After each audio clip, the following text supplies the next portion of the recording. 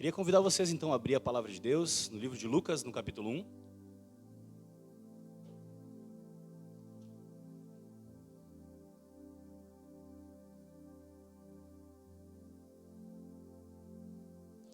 Nós vamos ler a partir do versículo 39. Aqui a gente tem o costume de ficar de pé para ler a palavra de Deus, em reverência a quem Deus é. Assim diz a palavra de Deus: naqueles dias, Maria se aprontou e foi depressa à região montanhosa, a uma cidade de Judá. Entrou na casa de Zacarias e saudou Isabel. Quando Isabel ouviu a saudação de Maria, a criança lhe estremeceu no ventre. Então Isabel ficou cheia do Espírito Santo. Exclamou em alta voz: bendita é você entre as mulheres, e bendito o fruto do seu ventre. E que grande honra é para mim receber a visita da mãe do meu Salvador, do meu Senhor. Pois logo que me chegou aos ouvidos a voz da saudação que você fez, a criança estremeceu de alegria dentro de mim. Bem-aventurada a que creu, porque serão cumpridas as palavras que lhe foram ditas da parte do Senhor. Então Maria disse: a minha alma engrandece ao Senhor, o meu espírito se alegrou em Deus, o meu Salvador, porque Ele atentou para a humildade da sua serva. Pois desde agora todas as gerações me considerarão bem-aventurada, porque o poderoso me fez grandes coisas.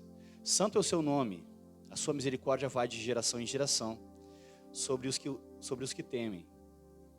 Agiu com o seu braço valorosamente, dispersou os que no coração alimentavam pensamentos soberbos, derrubou dos tronos os poderosos e exaltou os humildes, encheu de bem os famintos e despediu vazios os ricos.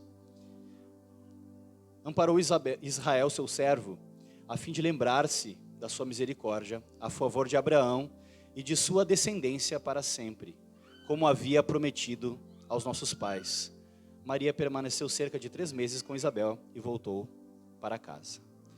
Senhor, nós pedimos o auxílio do Teu Espírito para que a gente possa compreender, Senhor, as Sagradas Escrituras. Ilumina, Senhor, a nossa mente, aquece o nosso coração com a Tua palavra, Deus. Que o Teu povo, Senhor, que o Teu rebanho possa sair daqui alimentado com a Tua palavra nessa noite, Deus, em nome de Jesus. Fortalece, Senhor, aqueles que estão fracos. Chama, Senhor, aqueles que ainda não creram no Evangelho, Pai. Nos leva, Senhor, a arrependimento e fé nessa noite, em nome de Jesus. Amém e amém. Você pode sentar?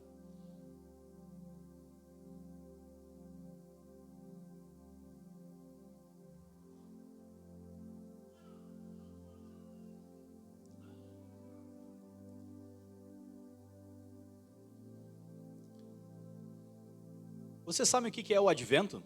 Quem aqui sabe o que é o advento? Levanta a mão quem sabe aí. Algumas pessoas, nem todo mundo sabe o que é o advento, então vou ter que explicar. O advento é a estação da expectativa do nascimento de Jesus.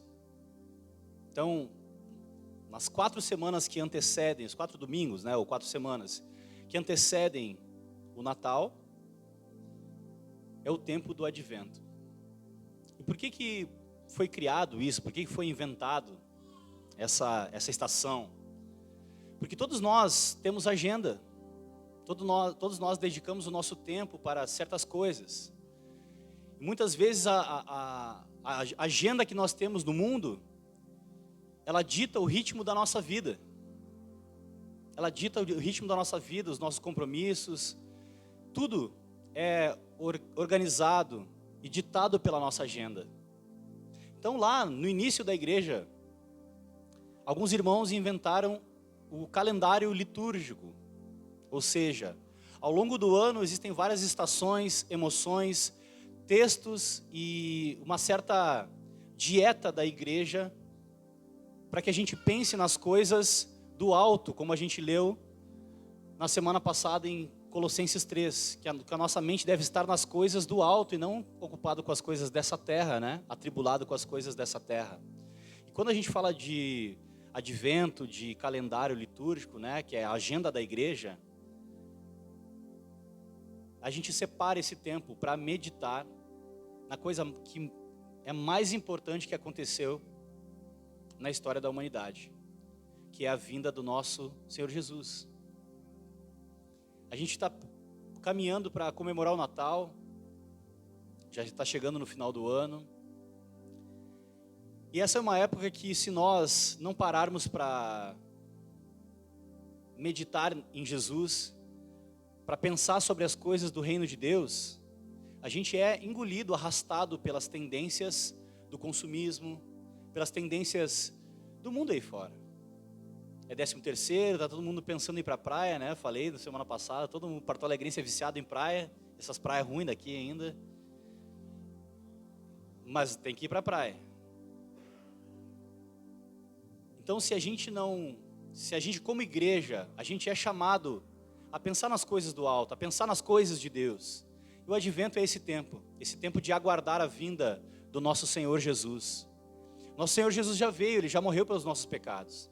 Então, pensar no advento, comemorar ou observar essa parte do calendário, faz com que a gente aquete o nosso coração, para que a gente eleve os nossos pensamentos a Deus, para que a gente prepare o nosso coração para o Natal, para lembrar da esperança, da verdadeira esperança do mundo.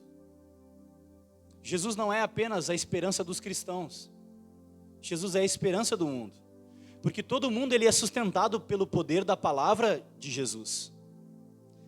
Se Jesus não tivesse nascido, se Jesus não existisse, esse mundo teria entrado em colapso. Mas é pela graça de Deus que o mundo não entra em colapso. Deus tem um plano de redenção para esse mundo, e isso inclui a minha e a sua vida.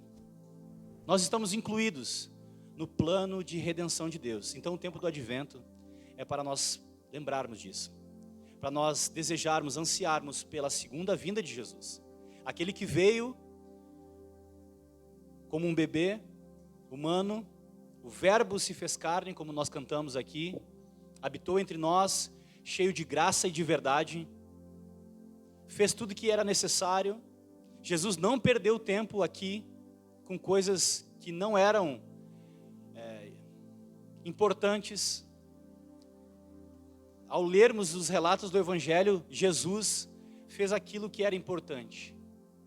Ele veio com uma missão já pronta do céu. Ele veio com uma missão a ser cumprida, e Ele cumpriu plenamente essa missão.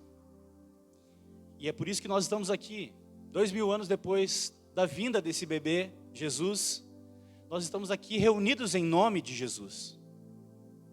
A igreja de Jesus está reunida por causa de Jesus. Pessoas diferentes, de culturas diferentes, de países diferentes, de idades diferentes, estão reunidas por causa do nome de Jesus. Então o tempo do advento é para a gente pensar nisso. É para a gente lembrar que um dia Jesus veio, mas que Ele veio e Ele disse que Ele retornaria. E a nossa esperança é que um dia Ele vai retornar e Ele vai restaurar todas as coisas.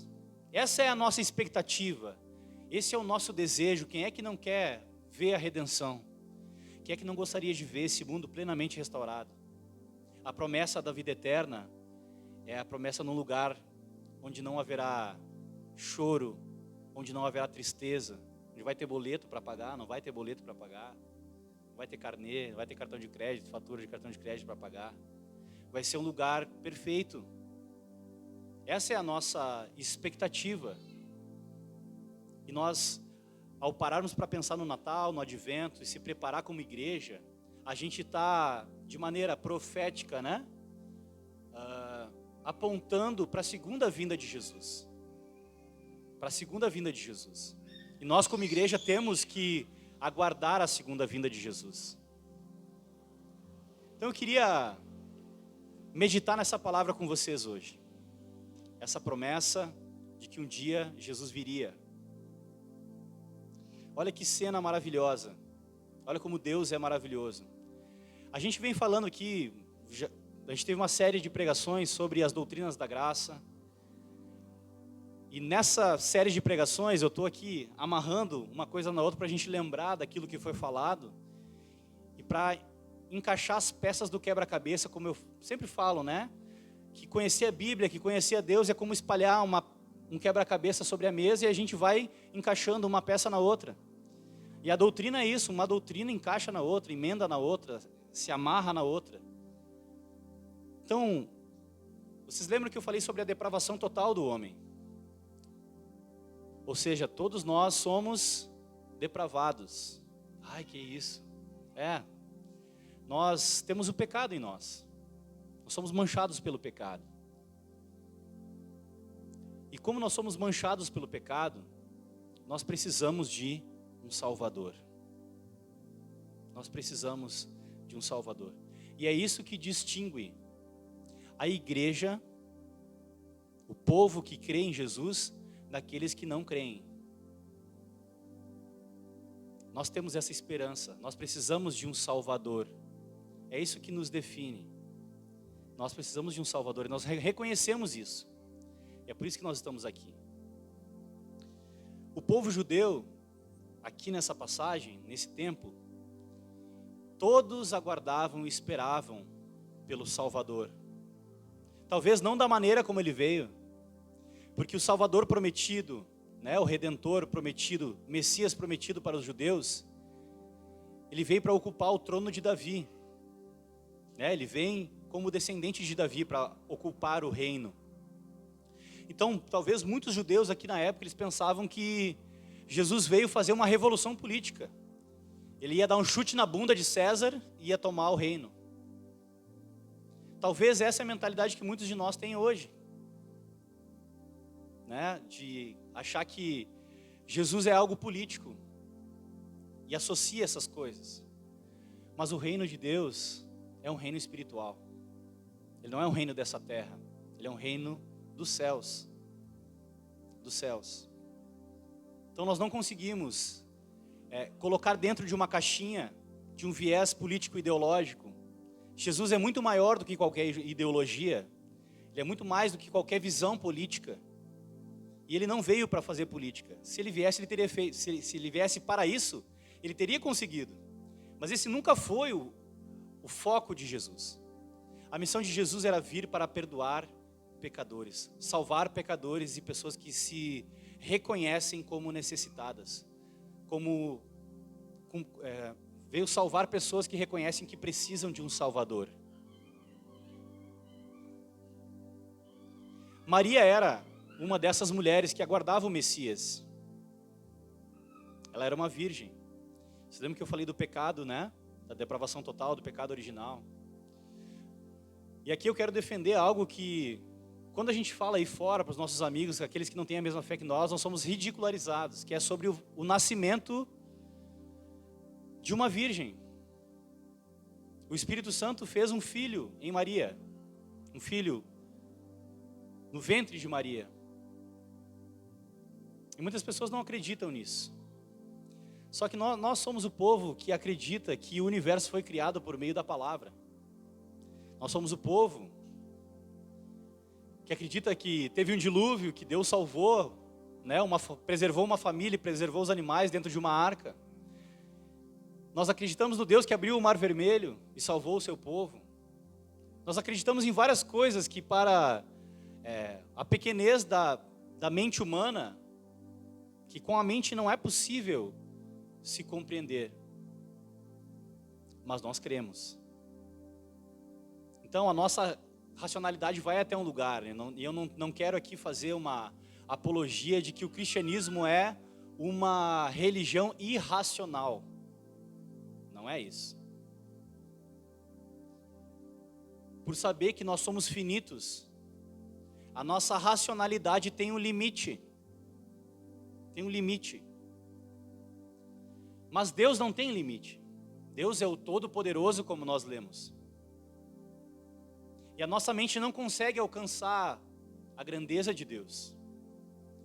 Mas nós conseguimos sentir a Deus. Nós podemos ter essa certeza no coração de que, de fato, existe uma verdade maior do que nós, que muitas vezes nós nem sabemos articular direito em palavras, em expressões, mas que existe, que sustenta todas essas coisas, que te dá o fôlego de vida para você viver os seus dias. E todos nós somos sustentados por essa realidade e por essa verdade de Deus. Então nós cremos sim, de que Jesus nasceu de uma virgem. Mas aí, não sei se vocês já se fizeram essa pergunta, mas por que Jesus tinha que nascer de uma virgem? Ele não poderia ter nascido de um relacionamento entre um homem e uma mulher? Vocês já pararam para pensar nisso? Por que Deus quis fazer desse jeito e fez desse jeito? Lá em Gênesis, no capítulo 5, diz que depois da queda, o homem não produziu mais filhos à imagem e semelhança de Deus. Adão e Eva foram feitos à imagem e semelhança de Deus, mas lá em Gênesis capítulo 5 diz que Adão teve filhos à sua imagem e semelhança. Ou seja, filhos que já nasciam corrompidos, manchados pelo pecado. Então é exatamente por isso que Jesus é o Filho de Deus. Ele é concebido pelo Espírito Santo no ventre de uma mulher. Então aqui está a natureza divina. Ele é Filho de Deus, concebido por meio de uma mulher. Ou seja, ele é plenamente Deus e plenamente humano. E precisava ser assim para que ele pudesse assumir o nosso lugar lá naquela cruz. Precisava ser assim. Se Jesus nascesse de um homem e de uma mulher, ele nasceria também manchado pelo pecado. E é por isso que nós cremos que ele nasceu de uma virgem, que Deus deu esse filho para uma virgem. Então olha que interessante, essa passagem que a gente acabou de ler. Maria recebeu a notícia de que ela seria a mãe do Messias, a mãe do Salvador esperado. E ela vai até a casa da sua prima Isabel, num lugar bem distante, para dar essa boa nova, anunciar a boa nova para Isabel. E quando ela chega na casa de Isabel, as duas estão grávidas, com alguns meses de diferença, o bebê estremece dentro de Isabel. Dentro de Isabel. Isso nos dá indícios de que a vida é preciosa para Deus, de que não é Deus não é o homem que define quando é que uma vida começa. É Deus que determina quando uma vida começa. A gente tem visto essa discussão o tempo todo nas redes sociais, no nosso local de trabalho, na nossa vida cotidiana. Quando é que a vida começa? É aos 3 meses? É aos 9, aos 6? É depois que sai da mulher? A Bíblia é categórica em afirmar que a vida começa na concepção. A vida começa quando o espermatozoide encontra um óvulo. E aí a mágica divina acontece. Não é só natural. Não é só uma junção e a multiplicação de células que dá origem ao bebê. Um bebê que está dentro do ventre carrega o sopro da vida, que é dado por Deus. Então é justamente essa fusão entre esses elementos naturais e espirituais. E aqui a gente vê a beleza de se ter filhos. Todas as mulheres judias, elas desejavam ardentemente ser mães, porque elas sabiam da promessa do Messias e seria uma honra para uma mulher ser a mãe do Salvador. E o que isso tem a ver com a gente? Tem muito a ver com a gente. Tem muito a ver com a gente. Nós também somos chamados a colocar pequenos Jesusinhos no mundo. Ou Jesusinhas, ou Mariazinhas, seja lá, né? Discípulozinhos de Jesus no mundo. Deus nos deu esse mandato de constituir família e de ter filhos. Deus nos deu essa orientação, essa direção. Eu não sei se vocês sabem, mas o islamismo é a religião que mais cresce na Europa. O O islamismo é a religião que mais cresce na Europa. E eu vou explicar o porquê. Porque as pessoas estão com o coração tão endurecido e tão secularizadas que elas têm perdido o interesse em constituir família, em ter filhos. Não sei se você já teve passou por essa situação ou já viu algum comentário desse tipo. Quando hoje um casal pode ter um filho, assim, ó, no máximo 2. Ter um terceiro é absurdo, quarto é insanidade, quinto, então, é loucura total. Perdeu a cabeça completamente. Não é essa a sensação que a gente tem? Ter filhos parece que é errado para a nossa sociedade, não é? É um absurdo. É um absurdo. Só que os muçulmanos não pensam assim. A Europa está sendo povoada pelo Islã, justamente porque eles fazem aquilo que muitos cristãos têm se negado a fazer, que é fazer discípulos, a começar na sua casa. O cristão é chamado a fazer discípulos, a gente já falou muito sobre isso aqui. Mas a gente começa a fazer discípulos a partir da nossa casa, da nossa descendência. Isso é muito sério. E só que os muçulmanos, eles levam isso a sério. Então eles têm 6, 7, 8, 9 filhos. E todos eles são ensinados na religião que eles acreditam. Enquanto nós, como cristãos, estamos sendo bombardeados e afetados e arrastados pela tendência secular de que ter filhos é errado. De que ter filhos é problema. Imagina só. É óbvio que existem muitos desafios em se cuidar de uma criança. Muitos desafios. Mas não existe nada mais maravilhoso também.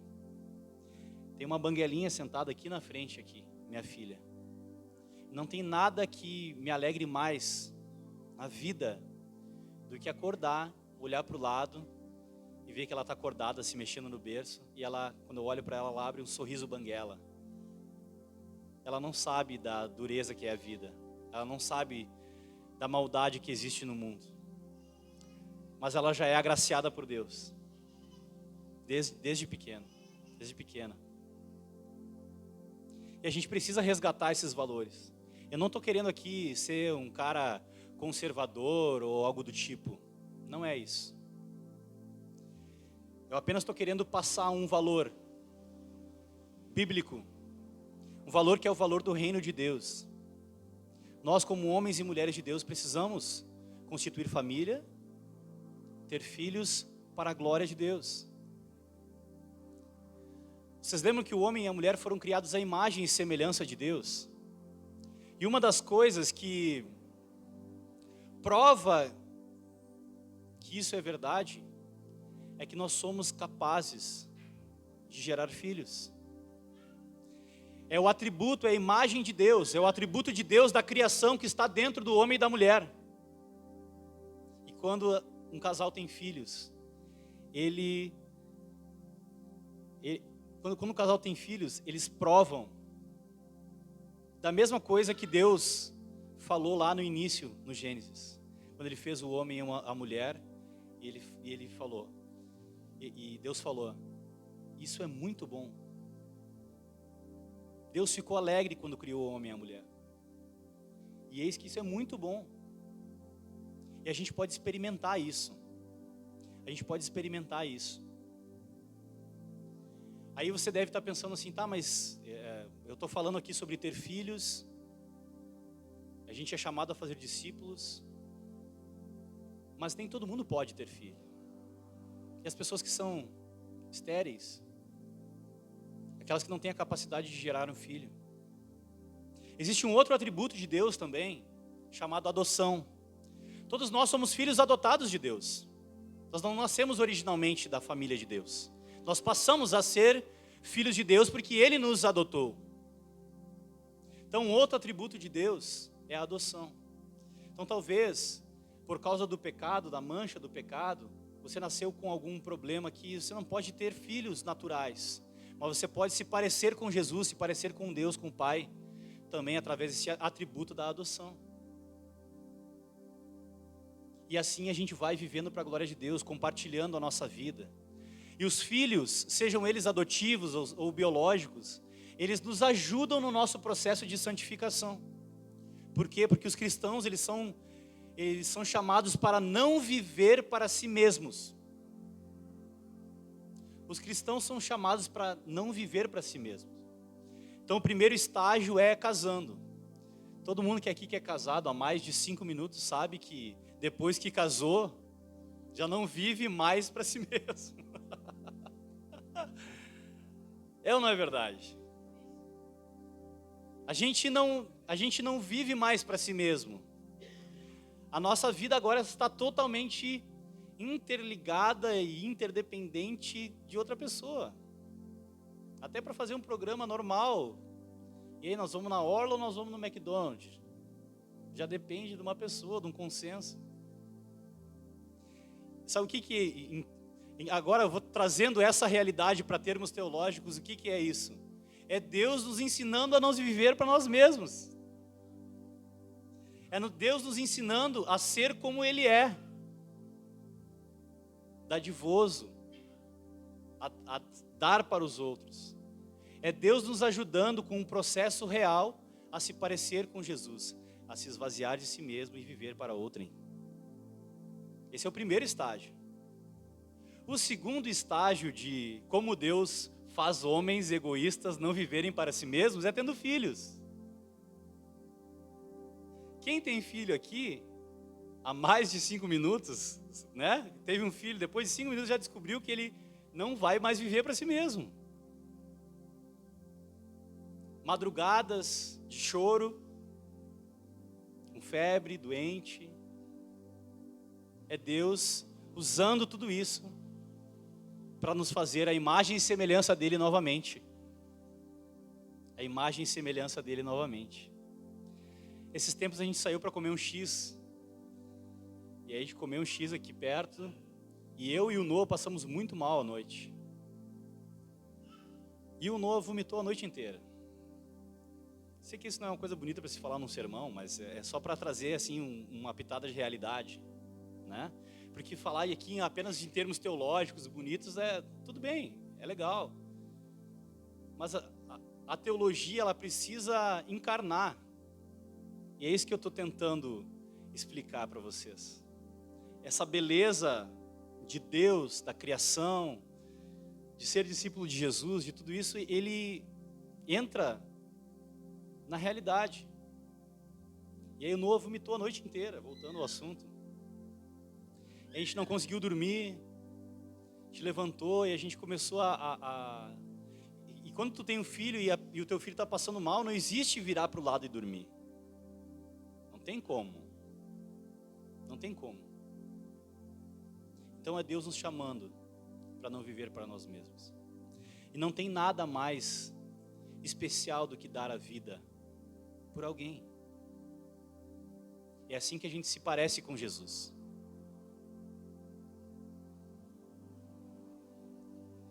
Então eu quero continuar aqui na leitura do texto, porque Jesus veio em forma humana, Ele se fez carne e habitou entre nós, mas Ele escolheu não nascer numa família real no sentido de rei, né? Ele escolheu nascer numa família real, na realidade, na dureza da vida. Olha como Jesus foi empático conosco. Ele escolheu uma família humilde para nascer. Ele sofreu muitas das privações que eu e você sofremos. Ele sentiu frio. Ele teve coisas que ele gostaria de ter, ele não teve. Tem essa parte aqui em Lucas que fala um pouco sobre o nascimento de Jesus, um pouco ali da infância. E o Evangelho de Lucas, ele se dedica a falar sobre a vida não ministerial de Jesus, a pré-vida de Jesus aqui, para mostrar o quão real Jesus era. Jesus habitou numa família normal, comum, não extraordinária, ordinária. Uma família comum, com problemas reais, nasceu numa manjedoura, numa situação adversa. Jesus passou diversas adversidades na vida dele. Ele viveu uma vida real. Ele sofreu consequências dos pecados de outras pessoas em si mesmo, da maldade de outras pessoas em si mesmo. Então olha só o que acontece aqui. Maria, esse cântico, essa série do Advento, que a gente vai lidar nos próximos 4 domingos, nós vamos falar sobre essas canções, esses louvores que tem a respeito do nascimento de Jesus. Então olha só, Maria era uma pecadora, mas o Espírito Santo que gerou Jesus dentro do seu ventre. E ela se alegra,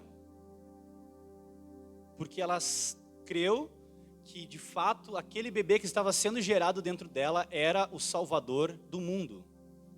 A promessa aguardada. Deus é fiel às suas promessas. E olha o que ela fala. Maria era uma mulher piedosa. Era uma mulher que conhecia a palavra, os escritos sagrados. E aqui, a partir do versículo 46, ela diz: a minha alma engrandece ao Senhor, e o meu espírito se alegra em Deus, o meu Salvador. E o meu primeiro ponto aqui é perguntar para vocês: aonde reside a alegria de vocês? Aonde reside a minha alegria? Será que de fato nós nos alegramos com a boa notícia do Evangelho, de que um dia Jesus veio? Ou será que nós vivemos a vida de maneira cansativa, correndo atrás da felicidade?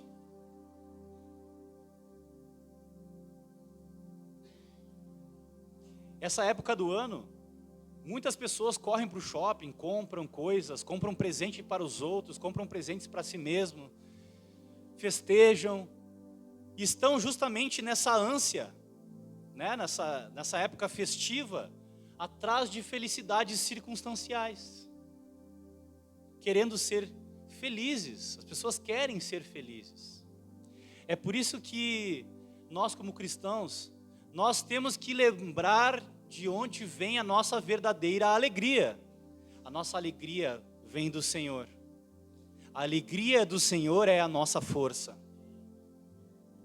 A minha alma engrandece ao Senhor e o meu espírito se alegrou em Deus, o meu Salvador. É de Jesus que deve vir a nossa alegria. A nossa alegria tem que estar nele. Estava conversando com a Andressa tinha uma época que a gente estava, acho que foi no início da pandemia, né? Que a gente teve que ficar trancado em casa.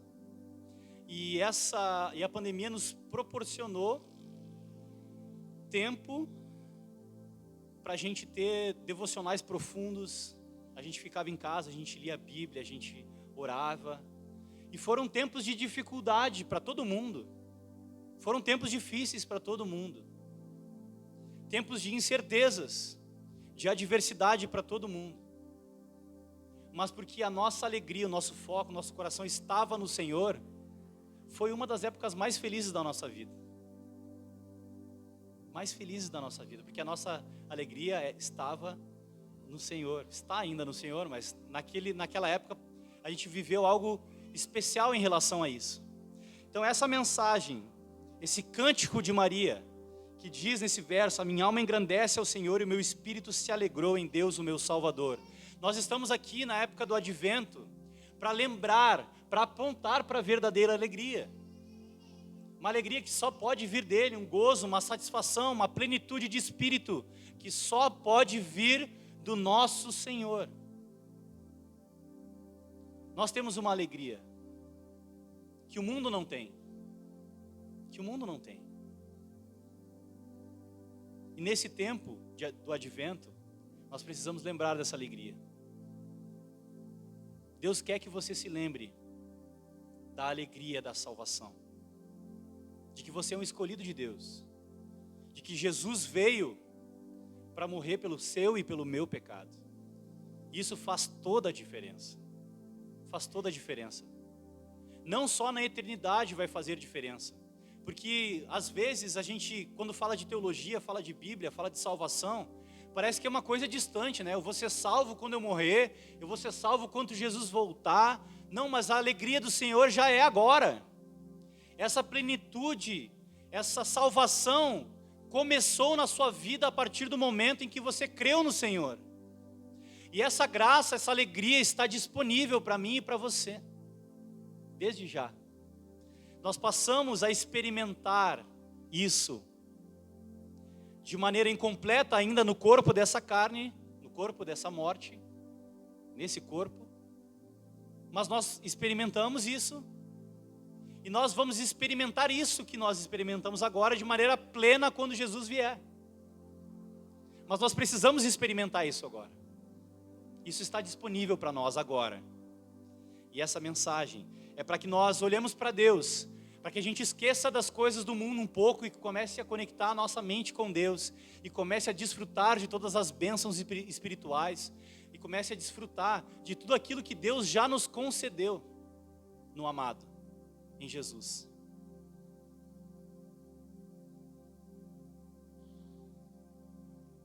O meu espírito se alegrou em Deus, o meu Salvador. Eu gostaria que você saísse daqui alegre com essa boa notícia. Que Deus possa encher o teu coração de alegria nessa noite.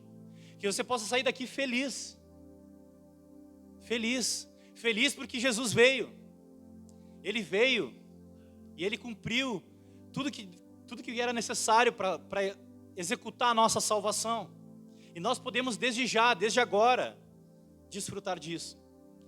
Eu quero que você saia daqui hoje desfrutando de um gozo e de uma alegria de Jesus. Amém? Versículo 48, porque ele atendeu à humildade da sua serva, pois desde agora todas as gerações me considerarão bem-aventurada.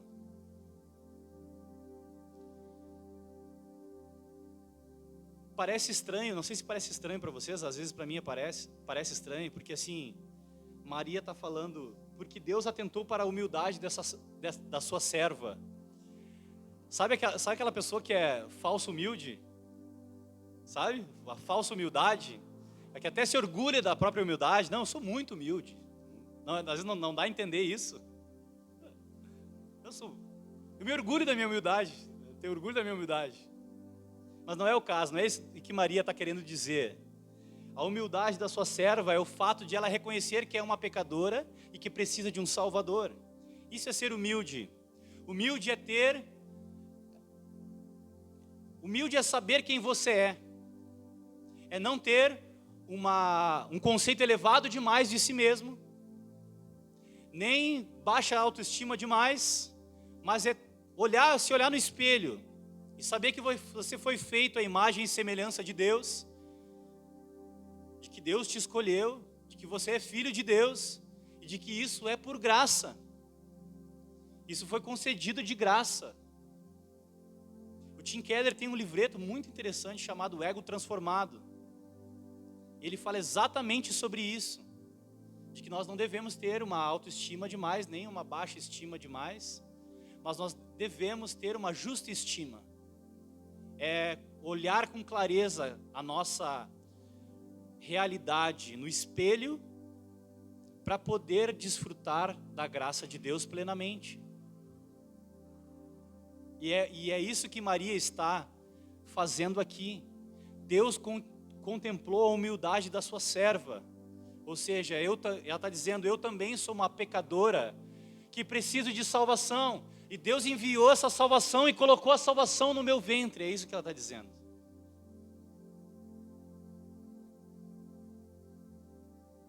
Pois desde agora, para todas as gerações, me considerarão bem-aventurada. Bem-aventurado é feliz, não é? Me considerarão feliz.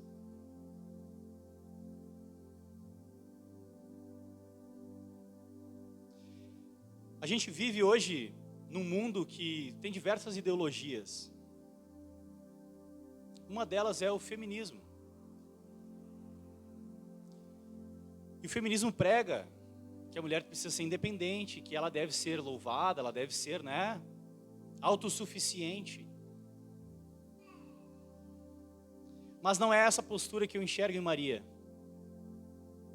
Talvez a maior mulher da Bíblia, da história, aquela que carregou no seu ventre o próprio Salvador. Aqui eu estou vendo uma serva de Deus, humilde, que reconhece a sua condição e que sabe que vai ser bem-aventurada não porque ela é CEO do Google ou da Apple, sei lá o quê, mas porque ela é uma moça temente ao Senhor e ela foi agraciada com esse presente. Você também é chamada a ser agraciada com esse presente de Jesus. A salvação em Jesus é mais do que suficiente para que você seja considerada bem-aventurada, minha irmã. Deus não te chamou para ser empoderada, Deus te chamou para ser bem-aventurada. E isso é suficiente para quem teme a Deus. Busque não ser empoderada e louvada pelo mundo. Busque ser louvada pelos lábios do Senhor, aqui como Maria foi. Ser bem-aventurada. Ontem eu estava brincando com o Rodrigo aqui. O Rodrigo, ele é um cara bem-humorado, ele é um cara que resolve as tensões aqui da igreja. Ele sempre é uma palavra branda. E eu lembrei ele, né? Eu falei, Rodrigo, tu é um cara de Deus, velho. Sabe por quê? Eu lembrei das bem-aventuranças, né? Bem-aventurados os pacificadores, porque eles serão chamados filhos de Deus. Então nós precisamos buscar ser bem-aventurados, mas bem-aventurados não na ótica do mundo, bem-aventurados na ótica do nosso Senhor. Bem-aventurados na ótica do nosso Senhor.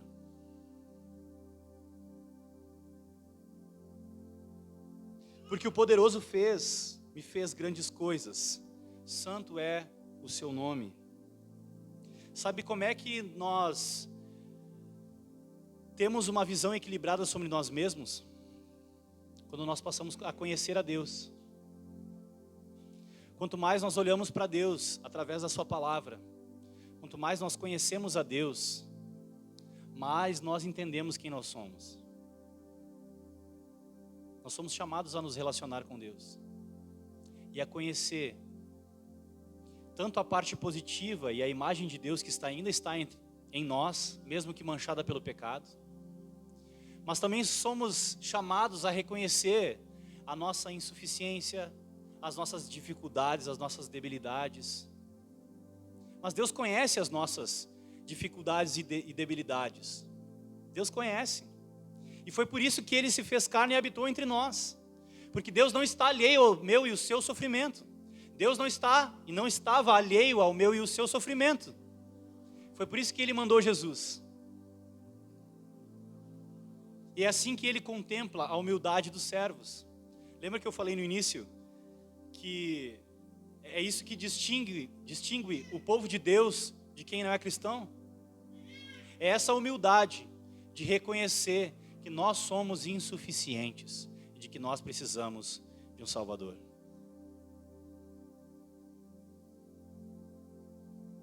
Santo é o teu nome. A sua misericórdia vai de geração em geração. Irmãos, ter filhos é um ato de fé. Nós temos muitos motivos, e tem vários motivos que as pessoas apresentam aí fora na sociedade, que parecem plausíveis para que a gente não tenha filhos. Esse mundo é muito terrível, vou botar uma criança no mundo. Mas eu não tenho dinheiro para sustentar. É óbvio que a gente precisa de dinheiro para sustentar uma criança. É óbvio que sim. É um bom motivo, motivo plausível.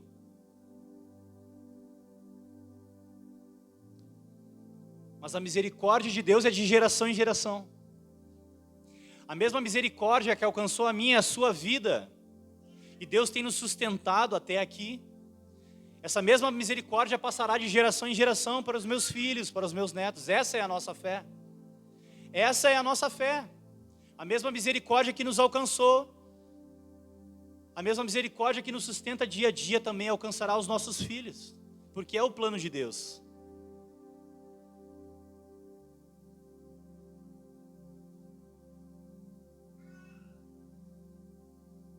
misericórdia vai de geração em geração sobre os que o temem.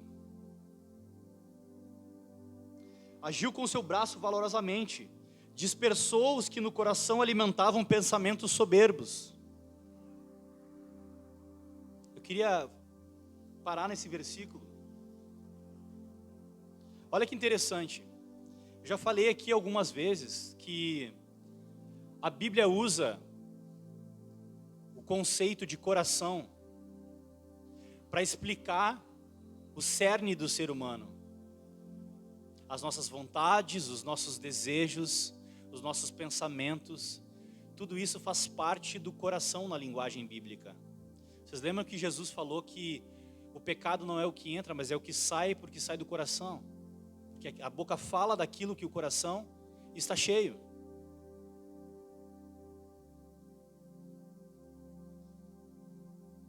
Agiu com seu braço valorosamente, dispersou os que no coração alimentavam pensamentos. Mas não pensa com o cérebro? Não, a gente pensa com o coração. Na linguagem bíblica a gente pensa com o coração. Os nossos pensamentos, os nossos anseios, os nossos desejos estão no coração. Então, aqui derruba até a falsa humildade. Porque tem muitas pessoas que às vezes parecem ser humildes, parecem ser, né, não tão ruins assim. Mas no seu coração são soberbos e orgulhosos. E os soberbos e orgulhosos são aqueles que não aceitam o fato de que precisam de um Salvador. Então o mundo tem esse coração resistente e orgulhoso. E nós precisamos lembrar do Evangelho, para que também o nosso coração não se endureça. Porque corações se endurecem. Não estou aqui dizendo que você perde a salvação, mas corações se endurecem por causa do pecado. A gente fica duro, fica amargo. E é por isso que nós precisamos lembrar do Evangelho. Lembrar da boa nova, lembrar da alegria proposta pelo Senhor, que é nos dada pelo Senhor. Lembrar daquilo que Ele fez por nós, que Ele derrubou os soberbos e exaltou os humildes, assim como Ele fez com Maria, Ele também faz conosco.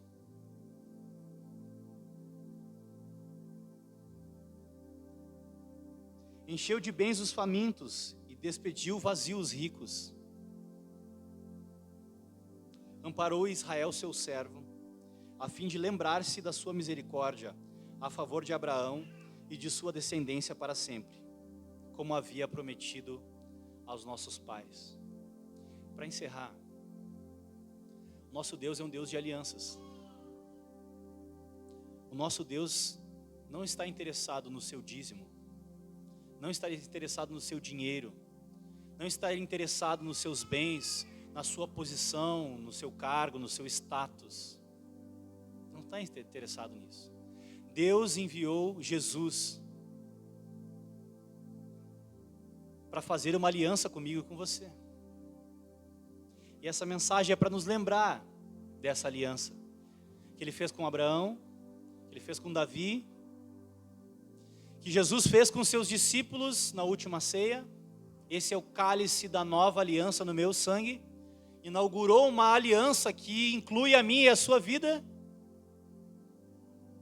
Então Deus deseja fazer uma aliança comigo e com você. Eu não sei há quanto tempo você é cristão, não sei se você é cristão, mas Deus deseja fazer uma aliança. Em tempos de modernidade líquida, de relacionamentos superficiais, Deus continua sendo o mesmo. Deus continua querendo fazer uma aliança comigo e com você. Mas nós não conseguimos, ser fiéis a essa aliança. Não conseguimos. Nós precisamos da graça de Deus. Por isso que nós ceiamos. Aqui na ceia, o que a gente faz? A gente pede perdão pelos nossos pecados. A gente pede perdão e se arrepende por ter quebrado a aliança com Deus. E novamente Deus nos chama à mesa e renova a aliança conosco. E renova a aliança conosco. E renova essa aliança conosco. Deus fez uma aliança com Abraão, 2000 anos antes de Jesus vir à terra. E ele foi fiel a esse povo até a vinda de Jesus e continuou fiel a esse povo. Então, Deus não está te chamando para uma aliança com alguém que vai te decepcionar. Deus não está te chamando para aliança com alguém que vai quebrar essa aliança. Deus é fiel e cumpre as suas alianças. E Deus deseja fazer uma aliança com você, profunda, de relacionamentos profundos. E essa aliança vai gerar salvação, vai gerar alegria no seu coração. Estou fazendo a ordem inversa. No momento onde nós fazemos essa aliança com Deus, nós nos beneficiamos de todas essas coisas boas que eu acabei de falar. Da misericórdia de Deus que vai em geração. Da alegria que nós recebemos da salvação em Jesus. Todas essas coisas boas estão reservadas para aqueles que têm uma aliança com Jesus. Uma aliança com Jesus. E essa mensagem de hoje é para nós refletirmos em quem Deus é, na sua misericórdia, na sua graça, no perdão que Ele nos concedeu, na alegria que nós recebemos quando cremos em Jesus.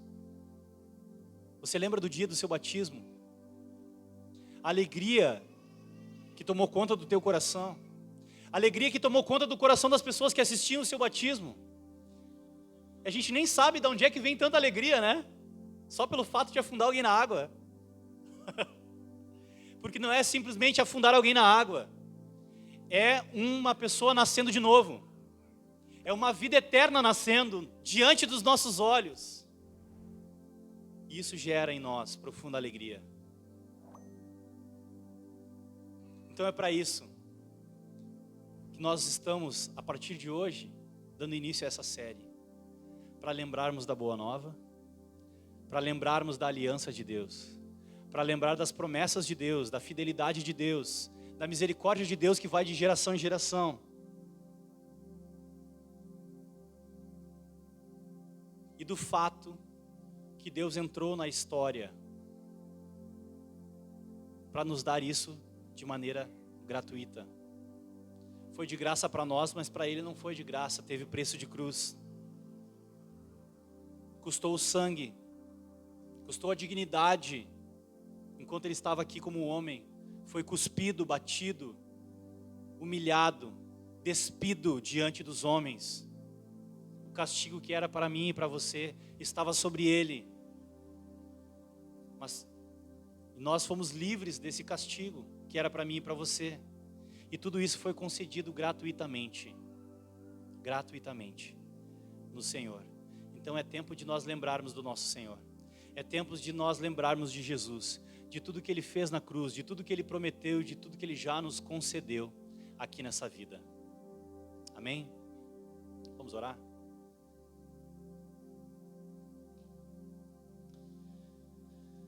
Senhor, obrigado pela Tua palavra, Pai.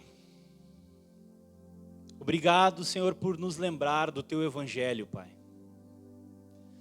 Obrigado por nos lembrar que o Senhor nos concede alegria, Pai. Em momentos tão difíceis como o que nós temos vivido, Senhor. Tu nos dá gratuitamente fonte eterna e abundante de alegria. Inesgotável de alegria. Tu nos concede misericórdia dia após dia, de geração em geração, Senhor. Todos os dias que nós acordamos pela manhã, nós recebemos graça e misericórdia da Tua parte, Senhor. Graça e misericórdia. Graça e misericórdia da Tua parte. Obrigado por nos lembrar que Tu é fiel às Tuas alianças. Obrigado, Pai, porque Tu nos chamou e nos atraiu para que fizéssemos uma aliança contigo, Deus. Agora nós Te pedimos como Teu povo, Senhor, nos ensina a desfrutar das bênçãos que vem a partir dessa aliança, Senhor. Muitas vezes nós estamos distraídos com as coisas desse mundo, Deus. Com trabalho, com faculdade, com conta para pagar, com consumismo, com coisa para comprar. E nós esquecemos, Deus, da satisfação que vem de Ti.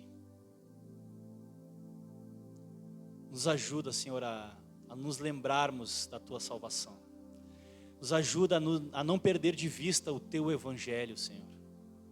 Mas que nós possamos viver uma vida centrada em Ti, centrada no Teu Evangelho, Pai. Lembrando dia após dia da Tua graça. Em nome de Jesus. Amém e amém. Amém?